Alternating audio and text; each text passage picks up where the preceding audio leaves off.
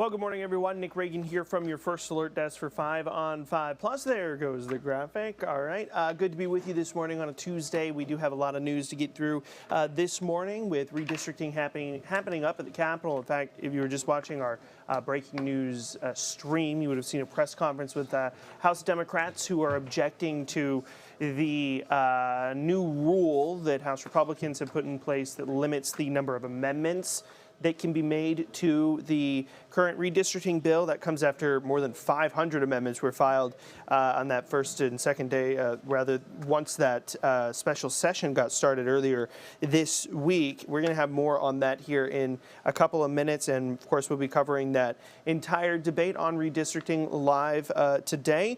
But first, we have to talk about some crime news here. We have quite a few crime stories that we want to get through. We're going to start here with two men now facing murder charges after a deadly shooting in McClellanville. Deputies say, they have arrested 38-year-old Richard Manigo and 31-year-old Wesley Gerald. Manigo also faces charges of armed robbery and weapons possession during a violent crime. Deputies, they were called to North Highway 17 around 10 Saturday night after reports of gunshots in the Buck Hall area. They found 36-year-old Lewis Garrett, who had been shot. Garrett died at the scene. That investigation is currently ongoing.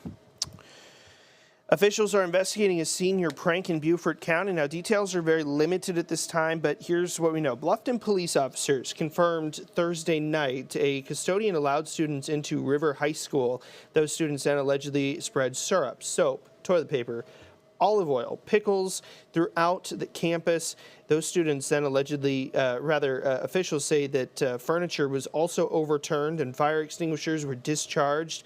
As of right now, the cost of the damages are still under review, and the details of any possible student disciplinary actions have not yet been released. Officials say the school was able to run on a normal schedule despite the prank.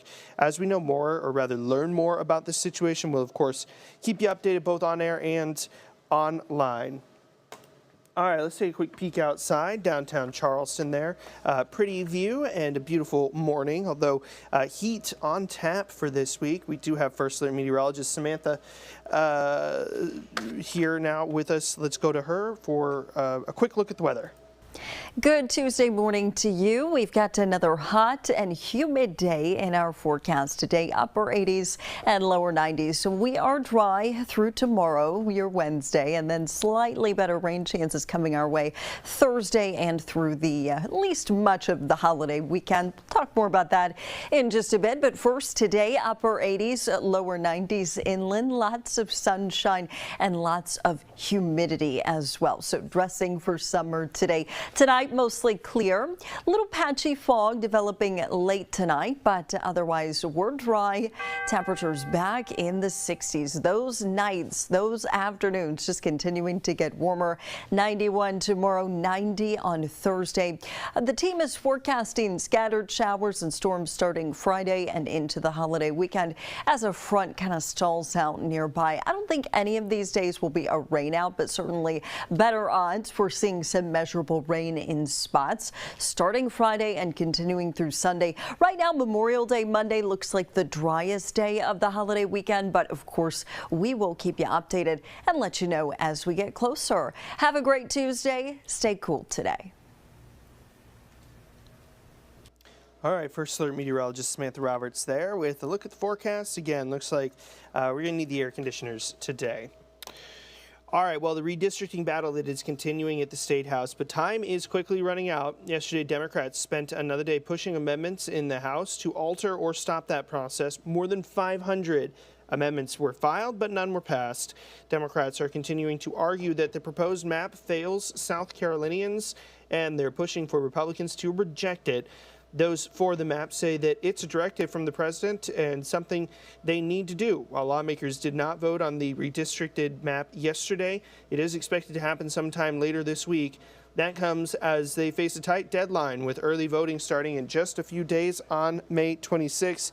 The South Carolina Election Commission says that nearly 11,000 absentee ballots have been sent out, with more than 1,700 already returned. That is 1,700 votes already returned for these upcoming elections that the redistricting would impact.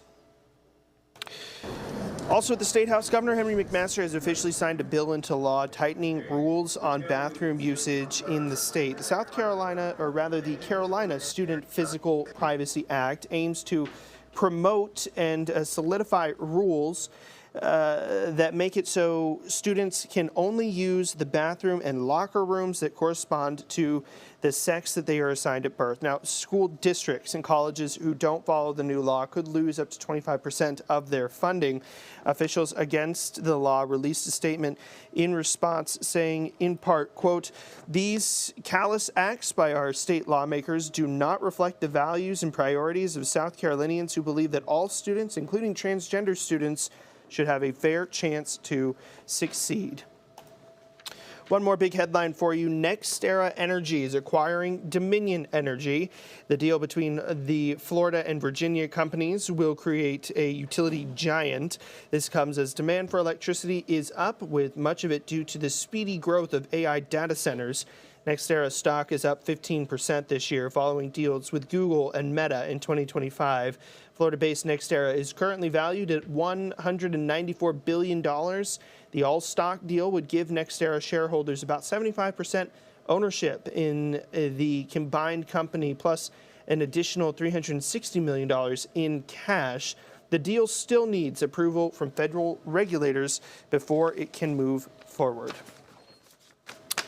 All right, well, that's going to be a look at our top headlines here from our First Alert desk. We will, of course, be continuing to cover that redistricting effort that is playing out right now at the State House. Stay with us there on our streams as we carry that broadcast. But for now, that's going to be it for me here at the First Alert desk. I'm Nick Reagan. This has been 5 on 5 Plus. Thanks for joining me. And, of course, we'll see you right back here tomorrow, 10 a.m. for more 5 on 5 Plus. Have an excellent Tuesday.